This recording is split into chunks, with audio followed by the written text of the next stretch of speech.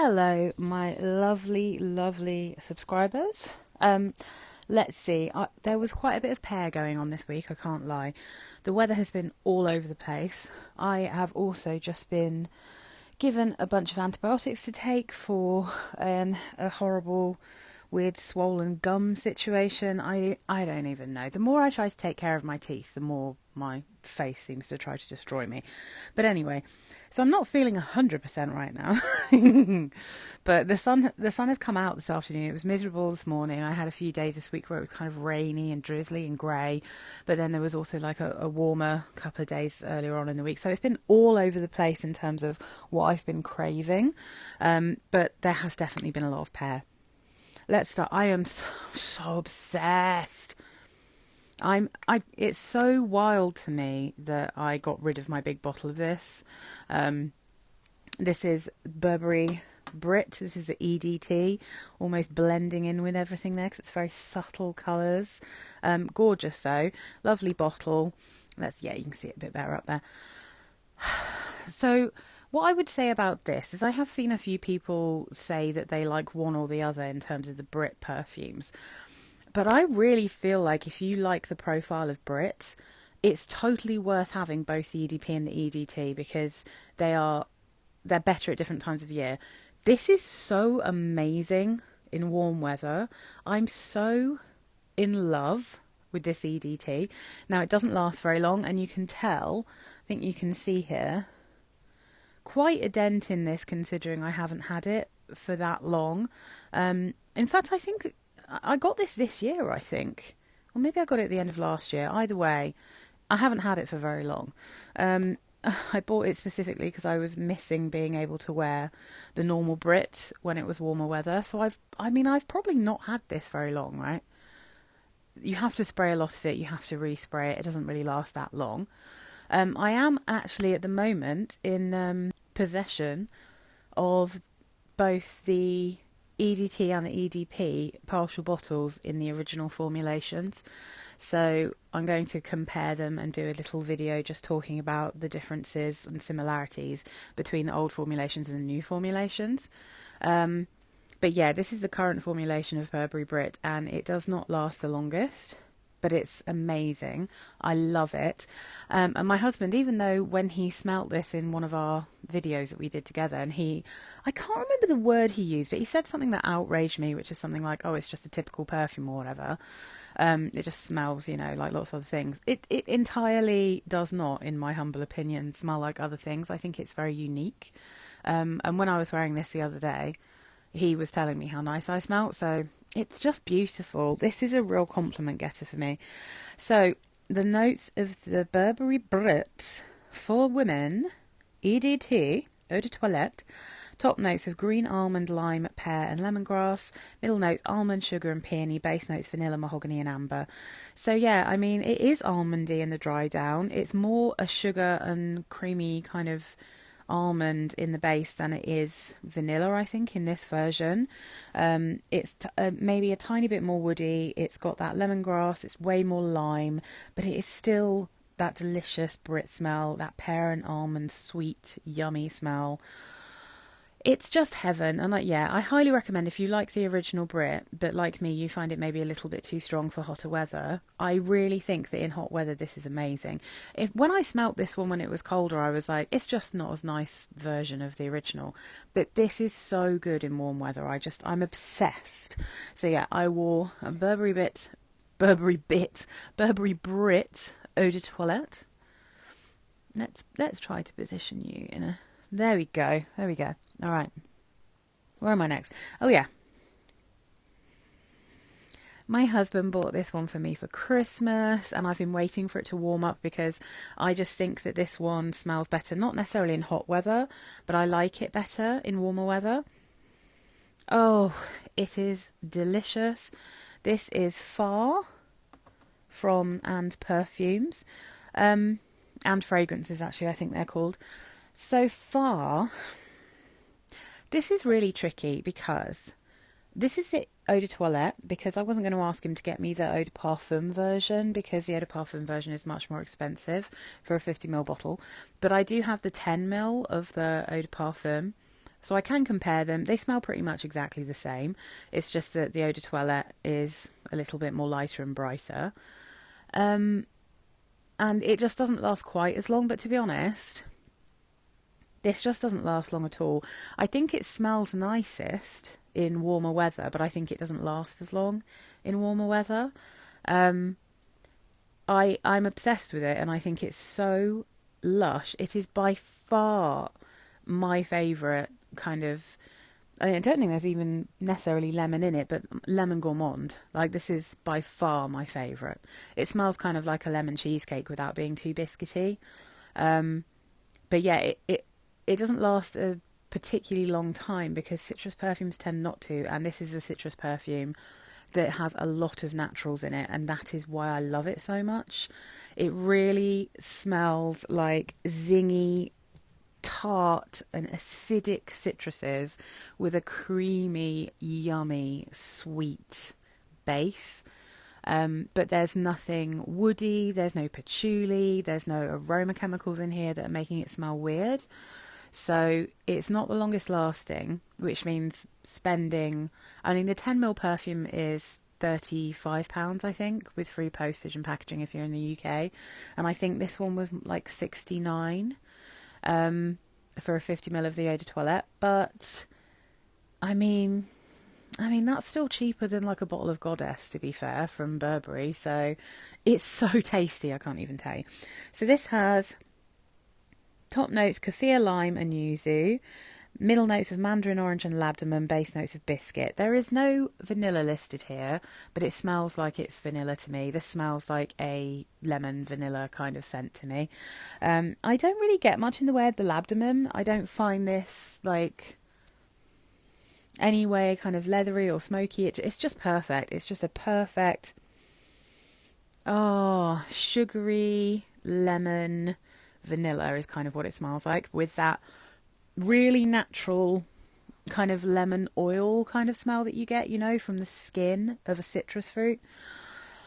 Oh, it's just magical. But yeah, it is quite expensive for how long it lasts, and it's not the biggest projector. It's relatively low key. Although I say that reminds me, I did have a meeting, and my two colleagues came to my office, and one of them did said, "Oh, it smells really good in here," and I said, "Oh, I hope that's me." Okay, next up, this is an affordable gem, a true gem. I wore this last weekend because it was, in fact, I wore it on the day that I filmed my last one I wore last week, and it is truly so magical for warm weather, and it actually made me feel like I was on a holiday. Like, oh my god, it's so good. So this is Avgoustos from Korres. This is a stunningly beautiful, easy to wear fig perfume that has a kind of, it has a sort of orange blossom heart to it, right? So look at this on the back. The sun-drenched islands, the early afternoon walks, endless white stairs to the churches. I mean, honestly, this is how I felt when I was wearing it. Wild fig trees, so beautiful. It's just so good. I knew I liked this straight away, but wearing it all day, I couldn't get enough of it. I resprayed it a few times because it is an eau de toilette. It's actually, I mean, I'd say at least 4 hours with this one, with no issues. But yeah, oh my goodness, Avgoustos is so good. The notes in this one are top notes of bergamot, mandarin orange and lavender, mid notes of fig, lemon tree and orange blossom, base notes musk, ambergris and cedar. It has a natural sweetness from the fig when it dries down, but it's got that lemon tree and lavender, a really green and kind of leafy, herbaceous, tiny bit woody in the top.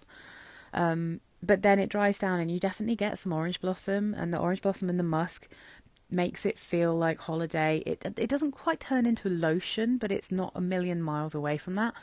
And I pulled out my Philosykos to compare. So I do think in the beginning there are a lot of similarities here between Avgoustos and Philosykos from Diptyque, but the difference is that this one turns into a slightly musky, orange blossomy beautiful Greek island type smell in the dry down, and it does retain some of the fig, but it definitely morphs into something a bit different. It smells very similar to Philosykos when they're first sprayed. Philosykos maintains the fig so strongly, and it doesn't really turn into anything orange blossomy. But interestingly, this one, it's almost like it's a kind of journey between Philosykos from Diptyque and then into Eau de Sens, their orange blossom. It has that same greenness that you get, and then it's a little bit less lotionally and obviously not as strong because that is purely an orange blossom. But if you can imagine kind of Philosykos transitioning in to have just a touch of Eau de Sens, that's what this smells like. And it's so good. And it's really affordable. I think even full price, if you buy this from Korres, it's 50ml Eau de Toilette is like £40. It's so good.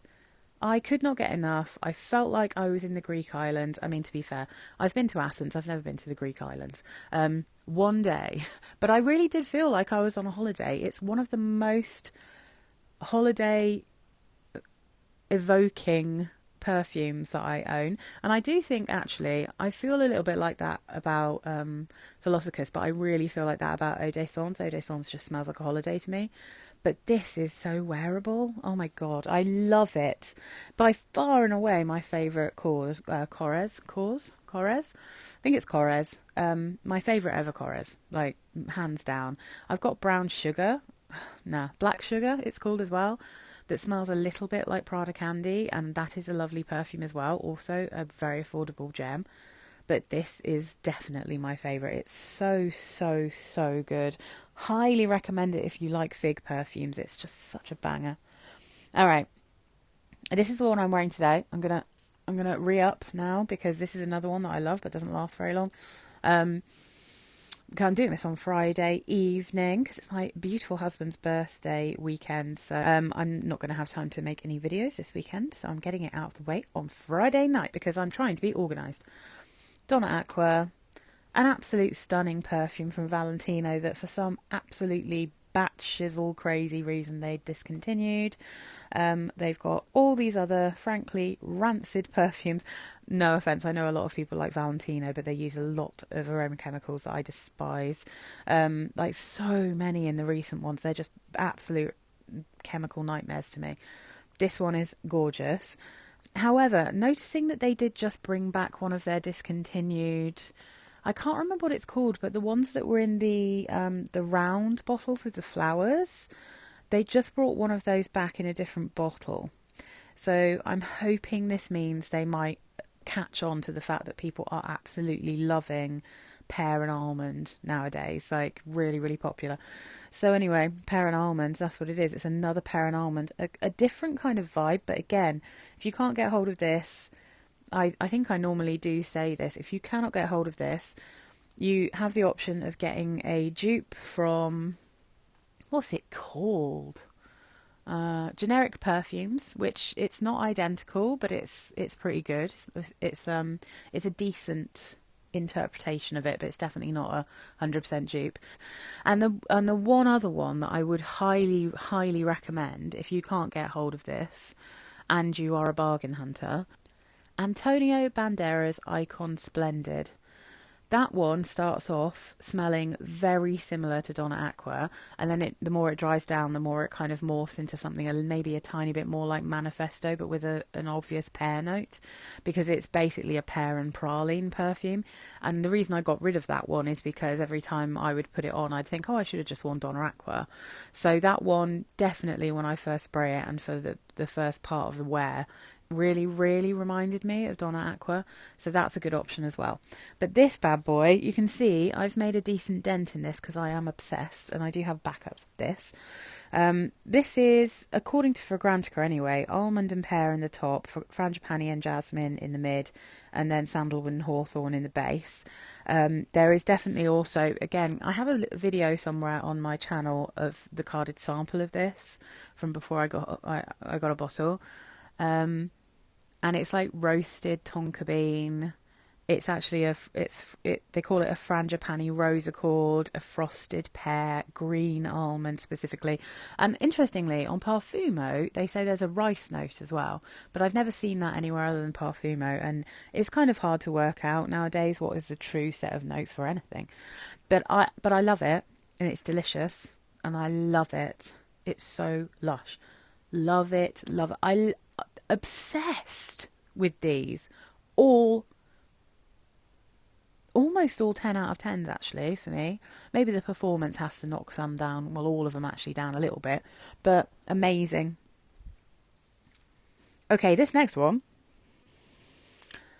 This was a random one because I normally like this, I normally wear it in cold weather. It feels for some reason to me like a colder weather perfume. But it's also slightly melancholy and a little bit kind of... Yeah, there's a slightly goth feel about this perfume. I don't know why. But I was watching Maria Colette and she said that she'd put this on her tray, which I know she's not doing trays anymore. I think she's like me, and I can sometimes plan what I'm going to wear in a week. I'll like get the tabs up on my iPad because I'll be like, oh, I think I want to wear this and this. And then I won't wear any of them because the mood I'm in the morning has not at all been predictable, or the weather makes me feel a certain way, or my outfit doesn't feel like it goes with what I was planning, so I don't do trays for that reason. Like, I just don't. But she said it hadn't been warm enough for her to wear this, so I was like, that's really interesting. Like, some people like this as a kind of summer perfume, where I think of it as more of a winter perfume, but I didn't wear it this winter because I was off berries, and to be honest, I'm still not 100% with the berry situation, but I pulled Amethyst out to give it another go. Such a beautiful bottle. It's, again, I don't know if you can see in this light, but I do have a little bit of a dent in this one, and this is a 100ml bottle. Really so pretty. But, I mean, the bottle is it just the bottle that makes me think it feels a bit gothic? Like, is it that simplistic that my brain sees this colour and this bottle and goes, yeah, it's got a bit of a goth feel about it? I don't know. Maybe it is. Let's make these look good. Oh, so beautiful. Oh, so many good things. So, Amethyst. I did actually quite enjoy it in slightly warmer weather, but... It's definitely not a happy perfume for me. It's so weird because it's weirdly, I don't want to say cozy. There is something comforting about it because there is something in here that really smells like herbs to me. Like, it smells so herbaceous, and it also smells like a bar soap, which I love. So there is a comfort to this one, but it is a little bit kind of sad feeling, and it's an odd one. The notes that are listed on Fragrantica, again, I don't know how accurate these are, but it's blackcurrant, blackberry, blueberry, mulberry and big strawberry. Mid notes, peony, pepper, rose and ylang ylang. Base notes, musk, woodsy notes, bourbon, vanilla. Now I'm going to pretty much ignore what that says because this is such a specific smell to me. Straight up, it smells to me like basil. Like the green, beautiful aromatic herb, basil. The smell of amethyst reminds me of when I have been chopping basil to go into a delicious pasta sauce. Like, it's like when I smell my fingers, I'm like, that's what that starts off with. And then there's a woodiness, and there is definitely berries, but I say it every time, there is no sweetness in this to me. This is like berries when they're still crunchy. This is berries before they sweeten up, before they soften up. If you've taken them off the bush and they're still not entirely ripe. So basically the kind of strawberries we get for most of the year in the UK, where they're massive and they're crunchy and they'd be better off in a salad unless you have them with loads of sugar. Those kind of fruits. And then there's this like bar soapy style musk in the bottom that's very thick.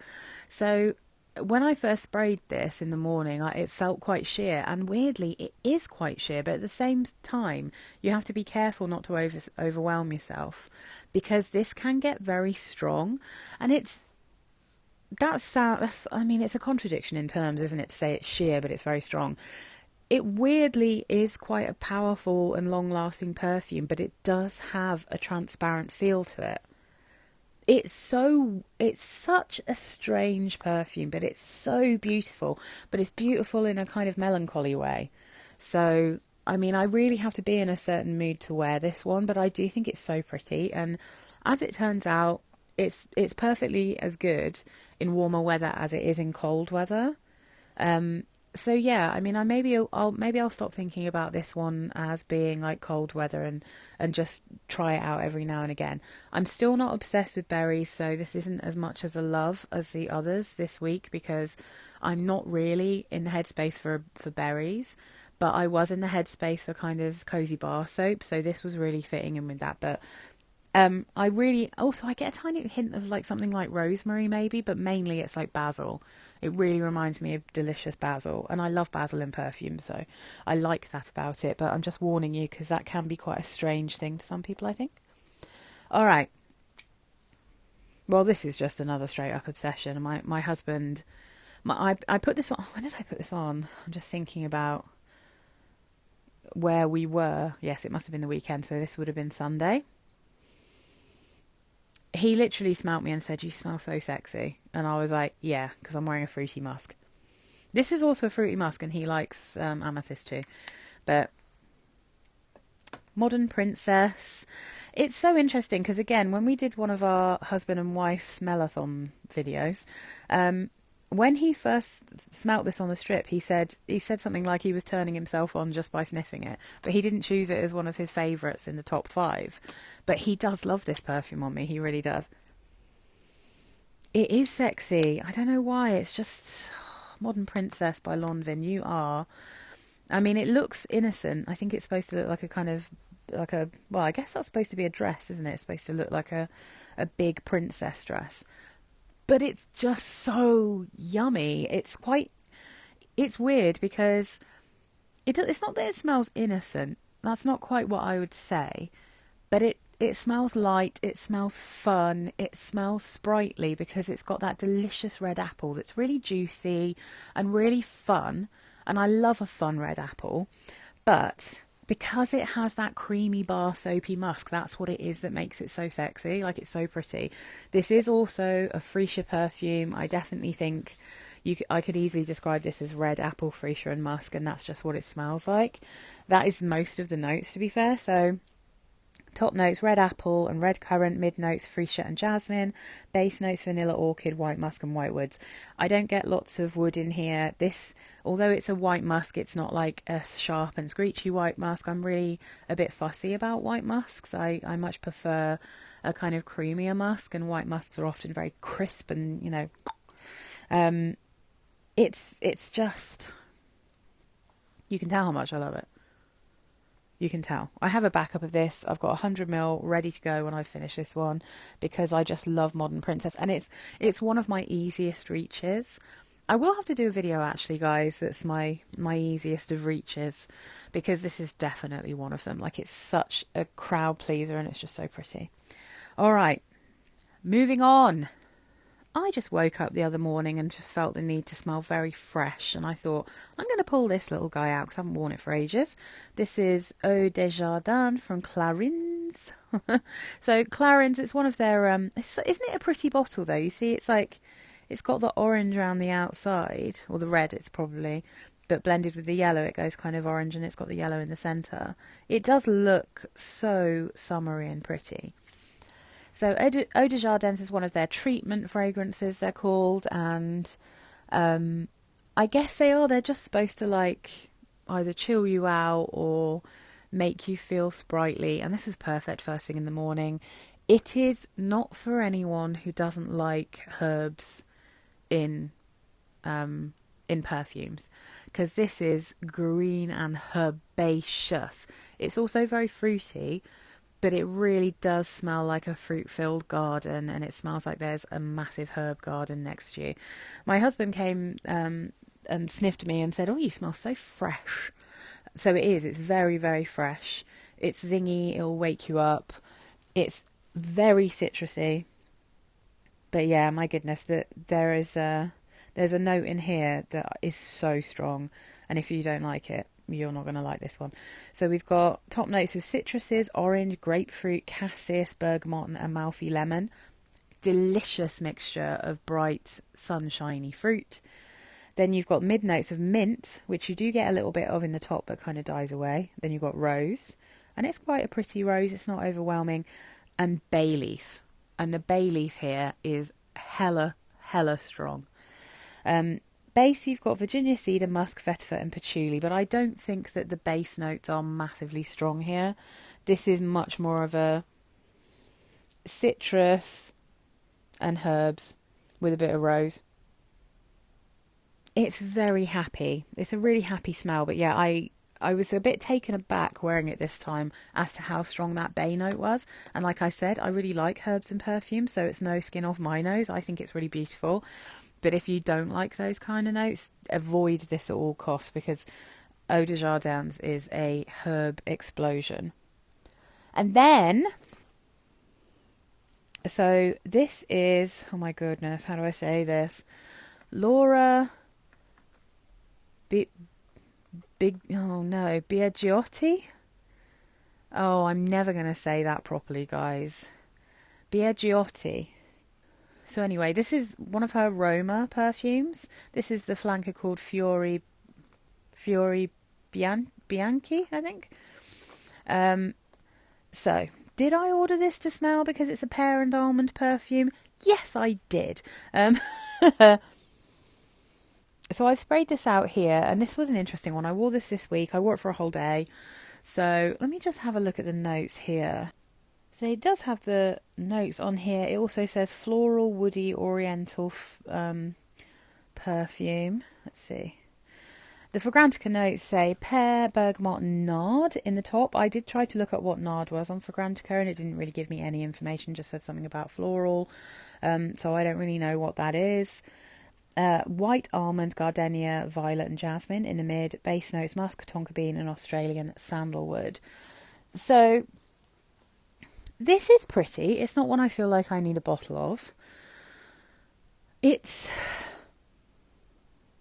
I am getting the feeling, because since I wore this one and I've ordered a few more, there is a house DNA here, and it is a house DNA involving an aroma chemical that I find a little bit nose tingly and sharp. But this one, when I first spray it, it is so similar to a perfume I already have, which is affordable and lovely and strong and long lasting. And it smells very similar in the first maybe like 10 minutes.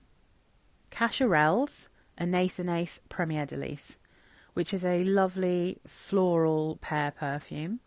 I highly recommend that one. It's really good. This has that same kind of scent when you first spray it. And then it slowly develops a more powdery and kind of creamy scent from the florals and the almond. Like, I think, is it high? Yeah, I think it's hyacinth in Premier de Lys, whereas this is gardenia, violet and jasmine. The violet's quite powdery, the almond's quite powdery, it's quite sweet, the tonka bean is sweet, it becomes creamier. It's actually very pretty. It is really, I didn't have a problem wearing it. It didn't give me a headache. There is a little bit of something in there that I find tiny bit screechy, but it's not overwhelming. Like, the other samples I've had so far are a bit overwhelming in like the aroma chemical vibe that I'm getting from them. This one though is very pretty. It's really nice. I think I might have been tempted to get a little 30ml or something of this if I didn't already have Premier de Lys, because I think I like this more when it's really kind of pear forward than when it dries down and it gets a little bit more powdery and a little bit more floral. And in the opening it smells so much like Premier de Lys, I was like, oh wow. So I wouldn't need a bottle of it, but I think if you like the idea of a floral sweet pear perfume that dries down with like a powdery flower and an almond, then you might really like this. It's a pretty perfume. Yeah, it's not like 100% to me, but like, it's a nice one.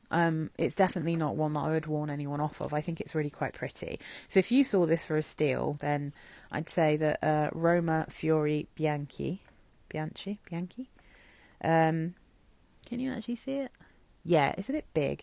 Hang on. Can I be sneaky? Yeah. Let's try and put it in there.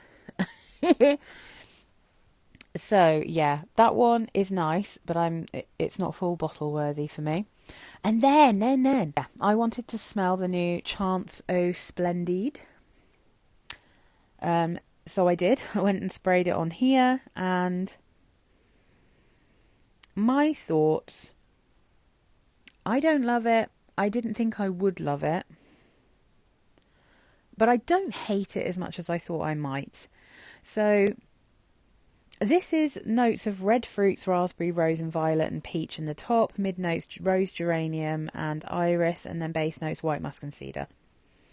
There is definitely an aroma chemical in here that is a little bit screechy and sharp and nose tingly that does not smell like Chanel. And this does not smell like Chanel to me. I'm not getting Chanel from this at all. And I find that Chanel perfumes have such a specific DNA that this one just doesn't have. It has a little bit of the iris that you get in Chanel perfumes, but apart from that, this one, I know that there are people who really like this, and I think you could say that it smells kind of fun, it's girly, it's very fruity, but I think it smells a bit cheap. It certainly smells cheap by Chanel standards. Like, this doesn't smell the quality of a Chanel perfume to me. It is missing the magic, and it is adding in modern aroma chemicals that just, I think, don't suit the house, because I don't know. This is an interesting one to aim a Chance perfume. I must be like trying to get younger people, but I'd say like younger people would prefer, like, they should make some of the exclusive range more affordable, because I think like some of the ones that have a slight gourmand lean to them, I feel like some people would love those perfumes, but like some younger people. But I can see they were trying to get something youthful, something sprightly, something fruity. I know I'm not in my kind of berry loving days right now, and there's a lot of berries. I think this gets much nicer as it dries down, because that's when the iris comes out. You can smell the kind of geranium-y, rosy smell. But yeah, there's just an aroma chemical in here that I think makes it smell cheap. But again, if you don't smell that aroma chemical the way that I do, it's probably not going to bother you at all. But in fact, like, who is it who's doing these perfumes now? I feel like it's a perfumer who quite often uses loads of aroma chemicals that I don't like. I found that the Chance Eau Fraiche, the Eau de Parfum, has that tarry aroma chemical in the base. And actually that one smelled like Jolly Ranchers or something when I first sprayed it. So I feel like the Chance range is moving away from kind of classic Chanel. Maybe that's not a bad thing. But yeah, I don't like this Eau Splendide. I think it's a weird... I think it just doesn't suit Chanel. Like, it seems like a weird thing. I don't know. I'm not loving it. But I did make the huge mistake of going to smell one of the exclusives while I was there, because it's one that people talk about all the time and I was interested. Now, I am slightly confused about this. Because I smelt a couple, I'm pretty sure that what I have on here is Comete. Is it called Comete? I think that's how you pronounce it. But when I look at the notes listed for Comete, I'm then slightly wary that I might have sprayed something else on here. But the only two I remember really paying attention to were, is it Coromandel? But I feel like that one's got like, it's not, I want to say leathery or spicy or something like that going on. But this is like so sweet and yummy and full of aldehyde. So it's got that kind of fizziness. So Comete, it says cherry blossom and aldehydes in the top, mid notes of iris and heliotrope and base notes of musk. But what's interesting about this is I sprayed it out. Well, I snuffed it from the bottle and thought, my goodness, that's lovely. I sprayed it out and then it's dried down and I'm just like, this kind of smells to me like a mixture of Chanel number 22, which I love, which is their kind of baby powdery take on the Chanel number 5 general smell, and Jersey from Exclusives. Like, this has a really sweet dry down that reminds me of Jersey. yeah, it's like Chanel number 5 meets American Cream. Do you know what I mean? Like it's I don't know, it's just much sweeter than I was expecting and just very, very pretty. It's really nice. I was like, oh my God. It just smells so nice. The thing is with the exclusives though, is that so many of them smell the same. Not exactly the same. They smell like they're so related to each other that I guess unless you're very rich, it's not wise to have loads of them because they smell so similar to each other, a lot of them. But I mean, Comete is beautiful, but yeah, that's never going to be my collection because it's insanely expensive, but it's very pretty. I totally understand why people would like that one, and it really smells like Chanel. All right, I think that's everything, guys. That is this week. How did I do? Oh my goodness. I'm going to have to trim this one down because it's going to be way too long otherwise. What have I got to say? Oh, yes. I haven't really got enough questions on my community tab to make a Q&A. So if you guys want to add some more questions, because, I mean, I could do just a tiny little short one. But yeah, there's not many questions on there. So if you want me to do a Q&A, please go and add some Qs so I can A them. And the other thing to mention, if you're in the UK and you're interested in buying partial bottles of perfume, that kind of thing, eBay have really started cracking down on putting bottles of perfume on for sale that are obviously used. I mean, you're technically not supposed to put anything perfume-wise that's used onto eBay. But normally if you've got the box and, you know, it looks full, you can normally get away with that. But they're not letting me post things, or they're taking my things down. So I figured I would put my partial bottles up for sale on Instagram. So if anyone's in the UK, I can only post it in the UK. But anyone in the UK who might be interested, I've got, what have I got at the moment? What have they taken down? So the brocade that I'm selling that smells like apples and toffee. So it smells like a kind of spicy Christmas toffee apple. That one's up at the well, it's not on Instagram yet, but if you're interested, I will be putting them up. Coco Eau de Parfum from Chanel. And there was another one they just took down. Oh, yeah. Mont Guerlain Floral. So those are the ones that I just put up and they've taken down. I don't think they've taken any more down. So I do have some stuff on eBay, but I'm going to put some stuff up on Instagram. So if anyone's interested, I'm going to try doing some of my secondhand perfume sales via there, because we don't have like Macari or anything, annoyingly, in the UK. So we don't have like a good place to sell perfumes. But anyway, if you're interested, please go and check out my Instagram. If you're in the UK, and if you're in the UK also, I am selling some stuff on eBay. So in my little bio bit, or whatever it's called, on my YouTube channel, I do have links to my eBay and my Instagram, I believe. So if you want to go and have a look, then that's where to find things. Thank you so much for watching. Thank you to all my lovely subscribers. If you're not subscribed, please do subscribe. It really makes a massive difference to my channel. And thank you so much for watching. Let me know what you've been wearing. I have 1, 2, 3, 4, 5. 5 of these are like absolute deep loves. Deep loves. And I feel if you catch me on the right day, this would be a deep love as well. Because when I really started to get into this, I absolutely loved it. But because of my general just dislike at the moment of too many berries other than cherry, for some reason I'm just not digging berries at the moment, but it is still beautiful. That is not going anywhere. But yeah, thanks guys for watching. You're all wonderful. I hope you've had a lovely week and have a nice weekend, and I'll see you again next Sunday. All right, bye.